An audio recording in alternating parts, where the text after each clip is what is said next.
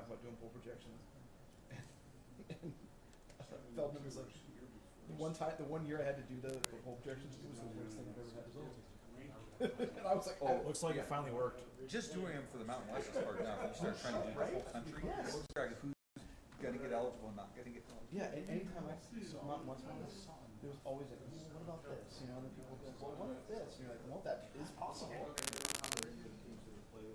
I got my first. Oh,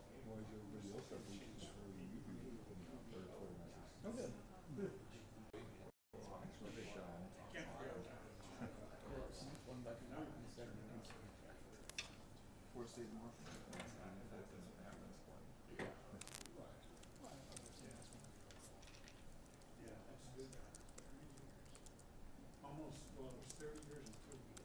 Well, we also both had that Bonagura guy and Schlabach both also had Hawaii in Vegas and had BYU and they had BYU and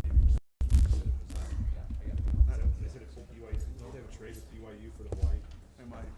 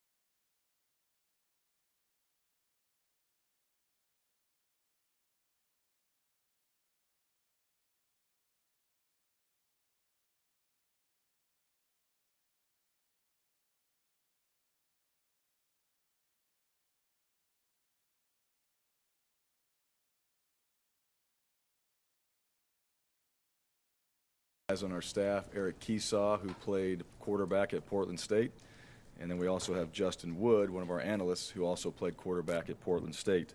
So we are monitoring their phone calls and making sure that we know where they're at all times and understand that. So, but yeah, get into the next game here, and excited to be back home on the blue again and have a normal week. This will be truly a normal week for us, so now we can check the schedule that we have. We moved to morning practices. That's been a little bit different. We're still messing with some start times in the morning, and we'll try something a little bit different. It's only a 15-minute difference on one of the days, but just guys back into a rhythm of what a normal week is like for the coaches and the players. It'll be good to do that before we go play Saturday night. And to be back home in Albertsons Stadium, one thing just from the game that I took away, the student section, phenomenal. They did a great job. You could feel them out there all game long. And I think everybody, players, coaches, you know, they all mentioned that to me. I certainly felt it. And those guys, you know, just to have our students come out there and have that much support for their football team and to be into the game like that and they're in a tight ball game when we needed them, those things are important. So we'll be doing a few things for our students, try to take care of them, have some fun with it. You know, they're enjoying it. We're going to enjoy what college football is all about. So in this next week, you know, we'll do some things for them and make sure that they know they're appreciated every time they come out there. Hopefully it's even this next game. So we'll challenge our students to be better this game. We challenge our team to be better this game, and then we'll take it from there. So with that, open up for questions.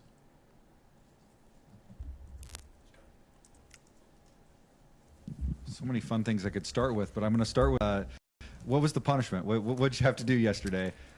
Well, I wouldn't tell you what I did with a player, so I'm not going to tell you what I did for myself, but I thought the punt fit the crime, and that's been handled. So we're good there. We're moving on, and, you know, we're on to Portland State now. The guys, we took care of our business. We put Marshall to bed last night and just corrected the things that we had to. Got on to Portland State. And when you watch Portland State, you know, starting with their defense, just what they provide as far as, you know, different looks, multiple looks, a flex defense, and they played Arkansas very tough. They put up, and their offense put up a bunch of points. in their last game.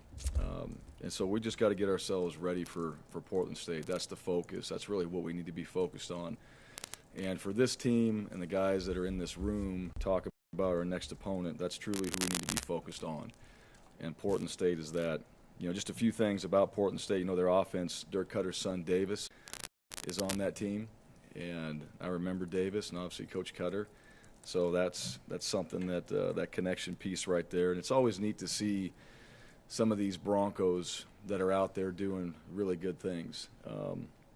Kellen Moore, everybody saw his debut, and you know we were all excited for him. Kellen did a great job.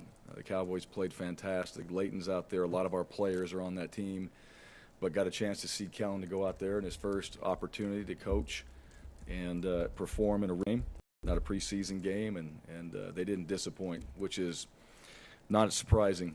You know, with how I know that guy's going to prepare his team, how he's going to lead, you know, the qualities he has, and you can see the guys around him really respect him.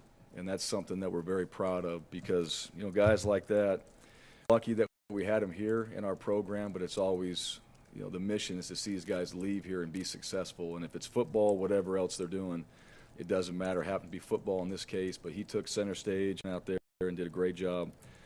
And they're 1-0, and just like anybody else, I know he's focused on the next game. I don't know who they play, but excited that he continues to do. And then Portland State, you know, back to them, just offensively anticipate, you know, these guys coming in and having a good game plan. I like their quarterback, David Alexander. I think he's athletic. He moves. He's competitive.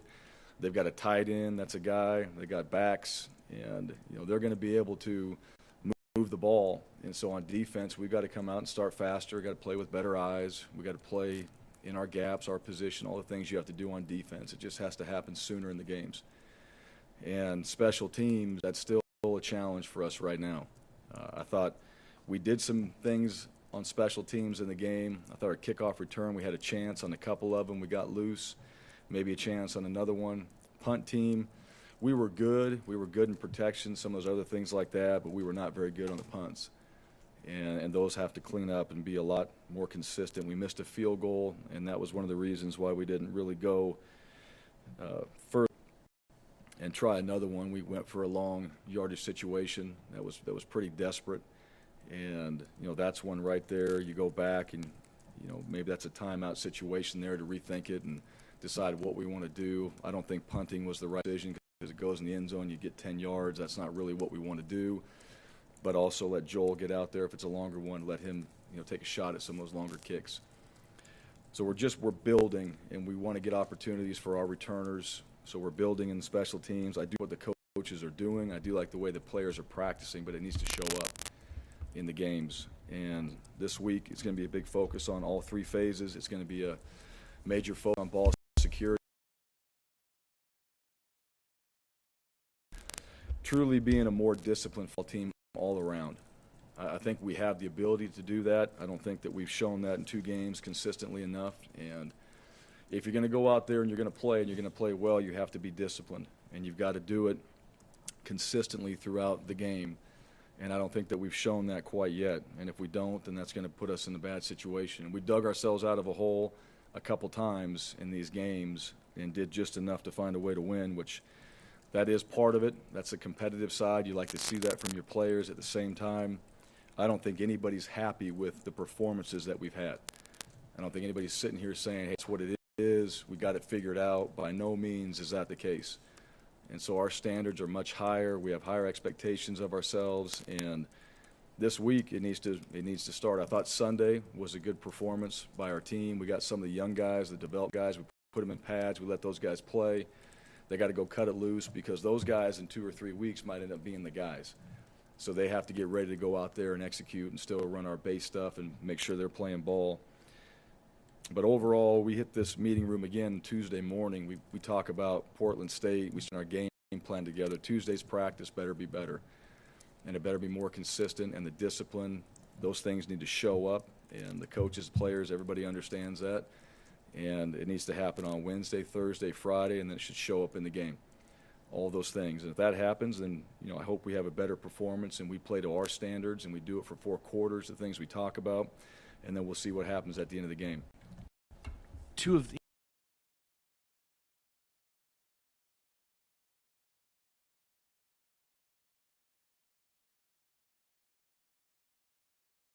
their ability to do that, and also just, true freshmen now to seem like they're more ready to step into those roles these days. But what has stood out to you about that? Well, yeah, having those guys out there, one, they got to go out there and execute. At that point, we never really sit back and get on the headset and be like, hey, we got 2 true freshmen out there. It's just call plays and do whatever you got to do to go out there. But those guys handled themselves well. I thought, again, I'll go back to Marshall played really well. I went back and watched their game plan. They did a good job. They spent a whole entire offseason preparing for the Broncos, and it showed up. And, that's something that wasn't surprising, but they did play really well, and they did execute.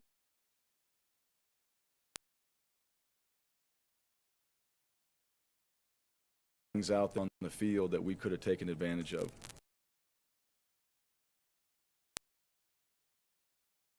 Playing good teams, you're going to get inches is what you're going to get, and inches matter between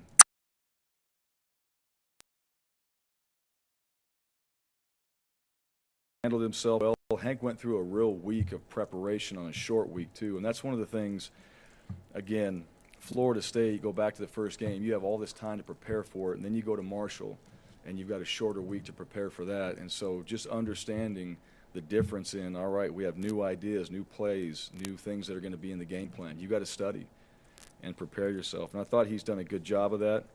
We can be better. And George in the backfield, did really well. He ran hard. I think when there was opportunities to find positive yards, he did that. And then, again, Marshall came up and they defeated us at the line of scrimmage on a few plays. They got in the backfield. We tried to eliminate as many negative plays as possible.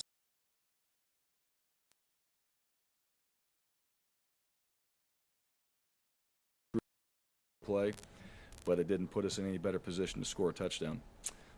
At the end of the game, one of the things end of the half, we had called a timeout. There was 40-some seconds left in there. We ran a play, and we were going to have to get back on the ball and run it again. Our guys handled that as good as they could have. Those 2 plays back-to-back, the one that Hank ran in and scored and dove in, that really well done. That was something we had to adjust on the fly right before that situation. That's the one thing, too, that it's hard to just sit there and try to come up with every scenario possible that's going to happen in a game. And that happened in the game, and right there, we're sitting there with the timeout, and it's like, hey, this is what we have to do. And right then and there, that's the first time we did it that way. And those guys were like, all right, they're back on the ball. Achillian Butler's over there. Marshall's piling off slow, which they should be doing. Achillian's over there telling guys, clapping his hands, let's go, get back on the ball, and we score. And that ends up being a big play in that game, obviously in a tight ball game like that. So those things, just learning from it, applying it, being better at it, understanding we sit in here, we talk about it, we got to be focused on it, and not going out there and taking anything for granted. You mentioned trying to score more points, and obviously the red zone touchdown and the fumbles are 2 things that kind of at least stand out. I guess kind of a 2-part question, but with the red zone, do you guys have I know you want to say 100%, but it's like a touchdown percentage number?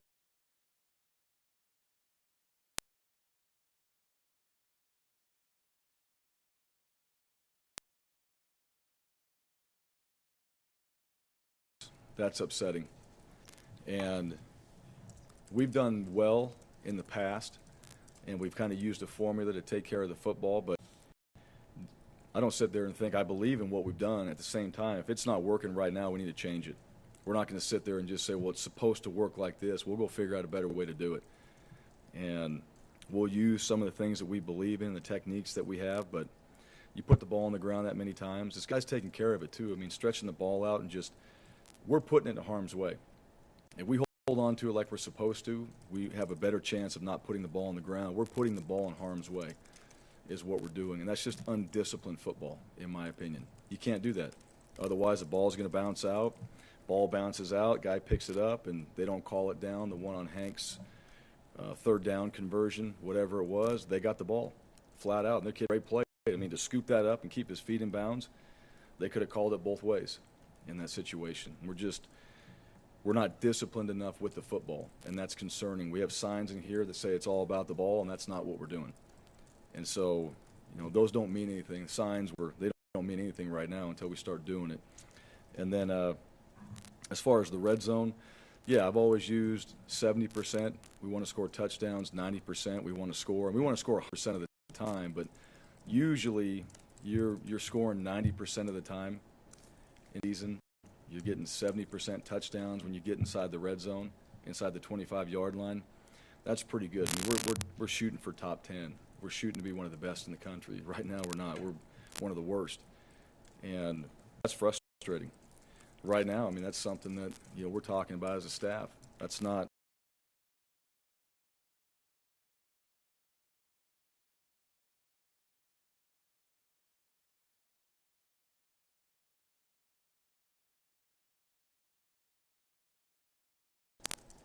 it's number one, scoring offense. That's what to try to do, put the ball in the end zone. So whatever that is, changing it up from the coaching standpoint, changing it up how we emphasize it, changing it up how we execute, who gets the ball, who's going to be making those plays in the red zone.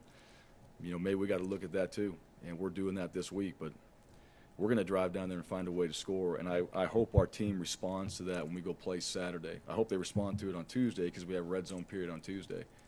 And we'll see how they act when we get into the red zone. But you truly got to have, as a competitor, you're going to move the ball. You get in the red zone. You know, you talk about smelling blood and getting down there and wanting to put it in the end zone. You got to truly have that in you. That's got to be part of your nature, that you're that close and you're not going to be denied. I don't know if we have that. I don't know if that's, you know, what we have to keep emphasizing with our players. We got to do a better job with our schemes, whatever it is. But it's not coming together right now the way we want it to, and that's not acceptable.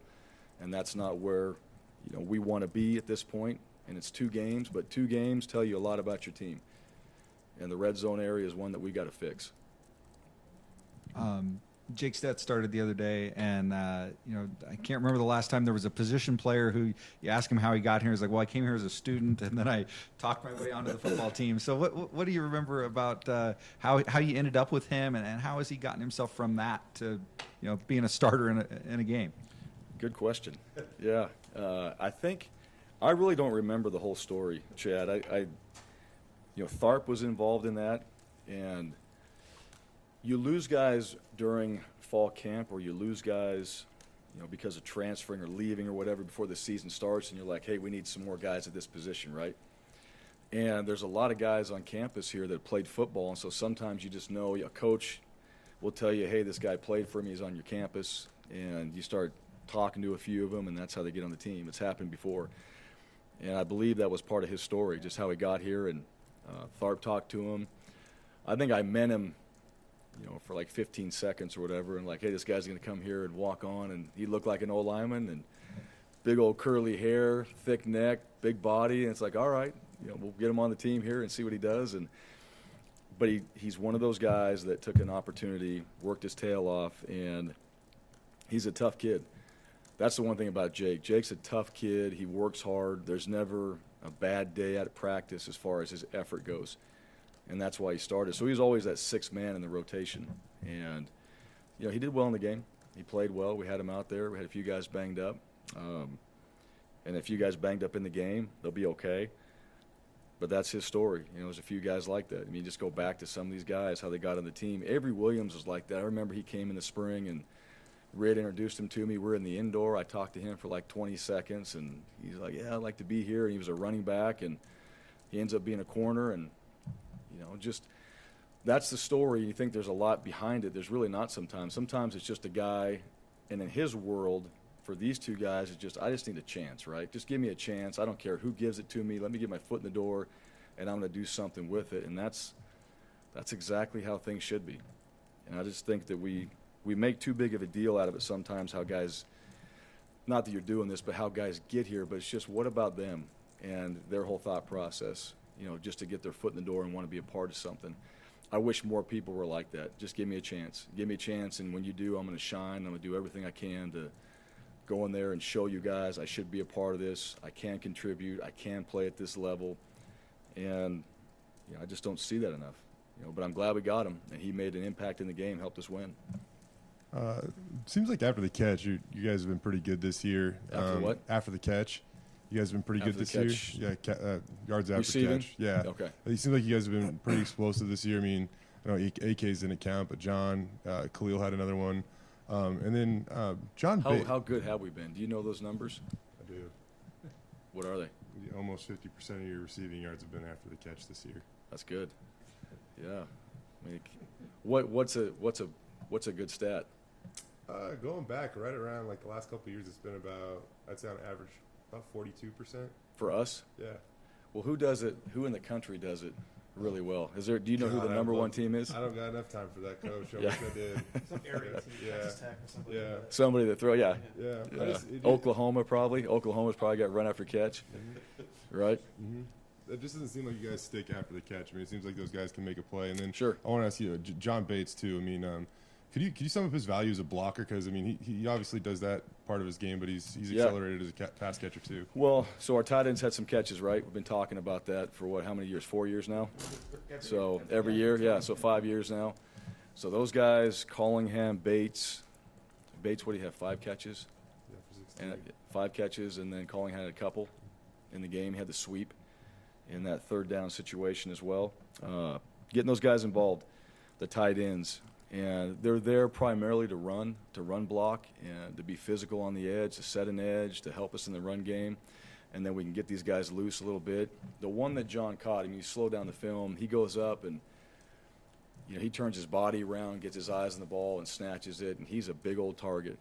He's 7 foot when his arms are all stretched out there, and Hank finally found him, and that was good to see. But he's been getting better. He's more physical. He's stronger. He's in better shape.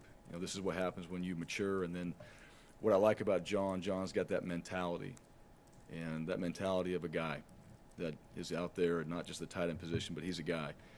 And he practices hard. He does things in the weight room the right way. He seems like he's on a mission to really improve his game. And right there with him, Collingham is right there with him. Collingham's one of our smartest football players, and he made some, I won't tell you what plays, but I'll tell you this, he helped make some decisions in the game for our quarterback about where he should throw the ball or what he should do with the ball, and he was right. So you got leaders like that on the offensive side, and they're at your tight end position, and they understand what we're trying to do in the game plan. Pistone in there too. We kind of laughed about it because I was bragging on Bates and Collingham in the team meeting, and then Stoney was in there as well, and I talked about Stoney being a guy. He didn't catch any passes, anything like that. Everybody kind of chuckles, but without a guy like him blocking and doing the stuff that he does, we don't have those edges like we want, and we're not running the ball like we want and being physical. So all 3 of those tight ends doing a really good job.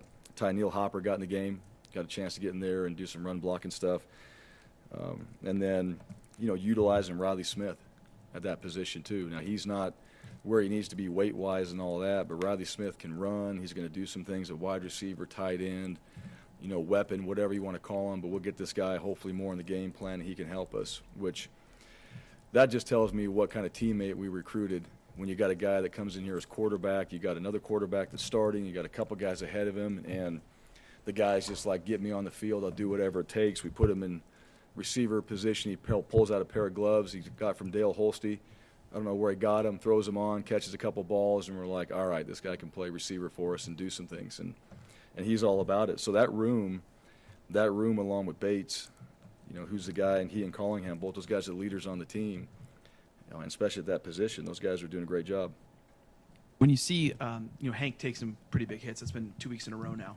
Is that more of something of him holding on the ball a little too long, or is that an O-line thing? Or how would you kind of assess, when you see that stuff, what's happening there? Yeah, the one he got his head ripped off almost, the face mask, that was a penalty. Yeah. That was a penalty right there. It's a combination. I think that we've hung on to it a little bit. I also think that teams have pressured us, and they've done a good job of it. I think that we've mishandled some of the pressures too. And the combination of all those things, we're not exclusive to being the only team that gets pressured, and our quarterback gets hit and things like that. Now, some quarterbacks are going to see that pressure and get rid of it. That's one of the things that I thought Brett would do a good job of as he got older, right? Pressure would come, and it might be, ball's out of bounds. Hey, we didn't have it. For whatever reason, they got us. And the ball was out of his hands, and guy might have nicked him in the chest, something like that. There's a few of those throws in there. You stand in there, and, you watch it every game. I was watching LSU, and it's Joe Burrows. Is that the quarterback? Yeah, so he's standing there, and guys barreling down on him, and, man, he's just laser beams on his throw. And Hank's got that. That's one of the things, too, that Hank's got, where sometimes guys will move, And sometimes it's like you're standing right there, you're free, and my guy's going to come open. I know I'm taking it, but I'm going to deliver this ball. I'll take the shot. And that, to me, like, that's why I think he's had success and why he will continue. He's tough. He can do that. And so some of those hits are hanging in there to help that play develop.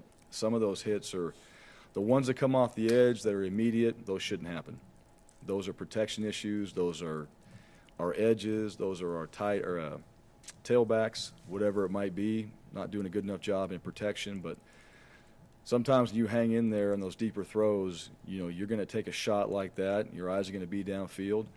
And I think he can handle all those things. The one is, you know, we got his head ripped off, and the guy came back and took another shot on him. You know, that's dangerous. You don't want to see that happen. And so, you know, we're trying to eliminate that as much as possible, but that's what quarterbacks do. And I watched a bunch of games on Saturday, and I saw a lot of the same things, guys hanging in there, making good throws. And they're football players, too. You don't want your quarterback getting hit, but sometimes they do because of what they have to do to get the ball down the field. Another Bachmeyer question.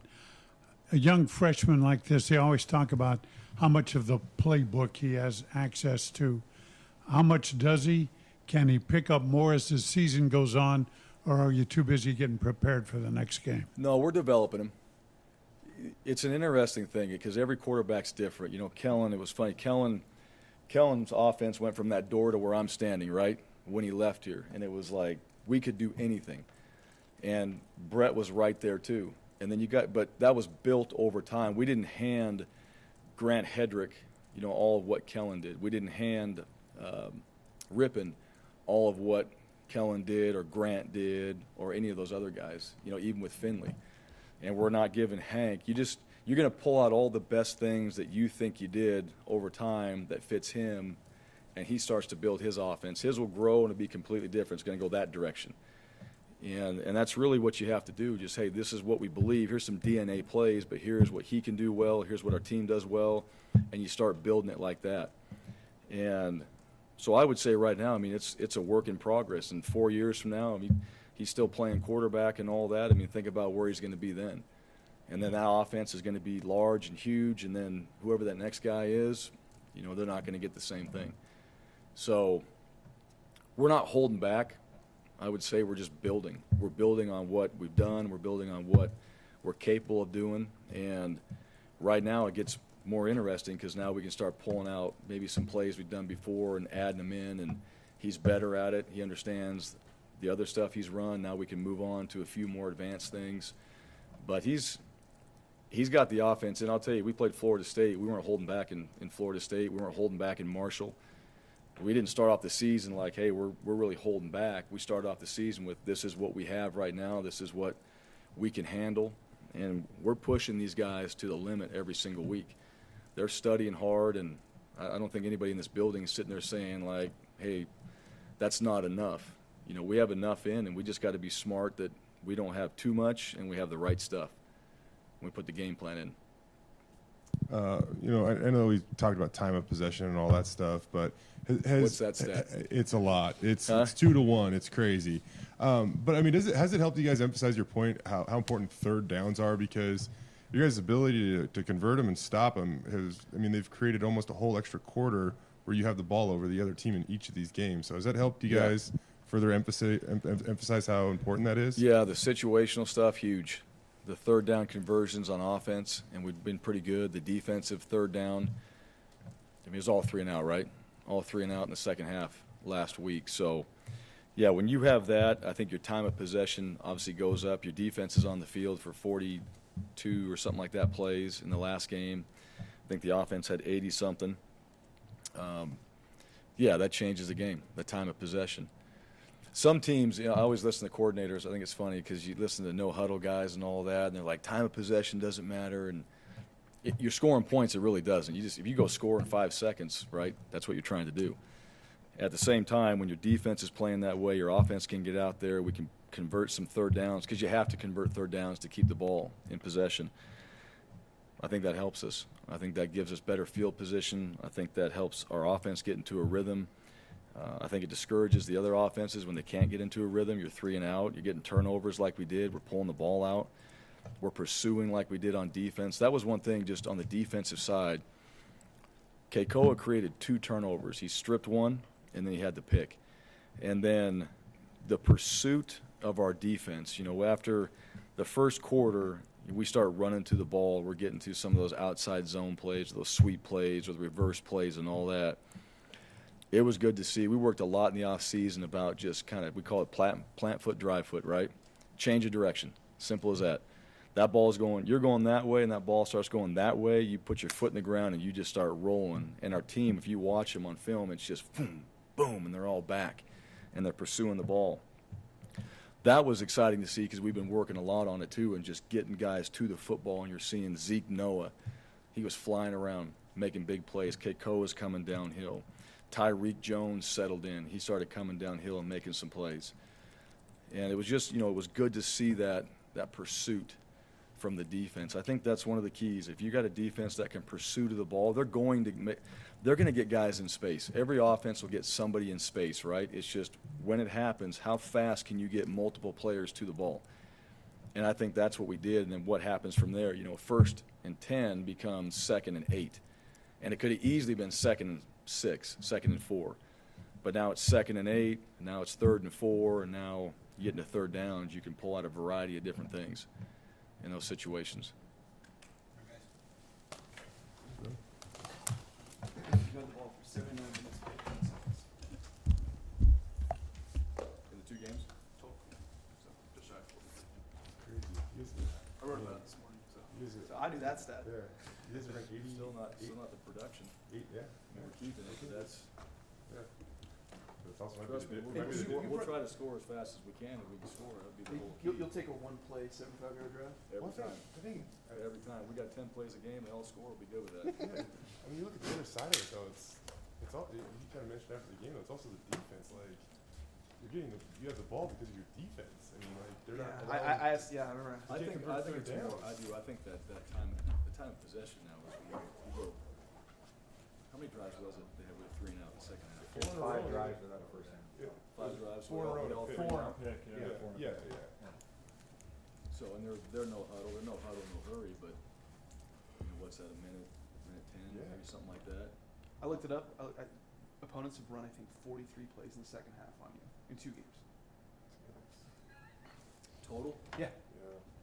Yeah, like 14. What's that? Marshall ran 14 plays. Yeah, I saw. Yeah. Yeah, I think Florida State at 29.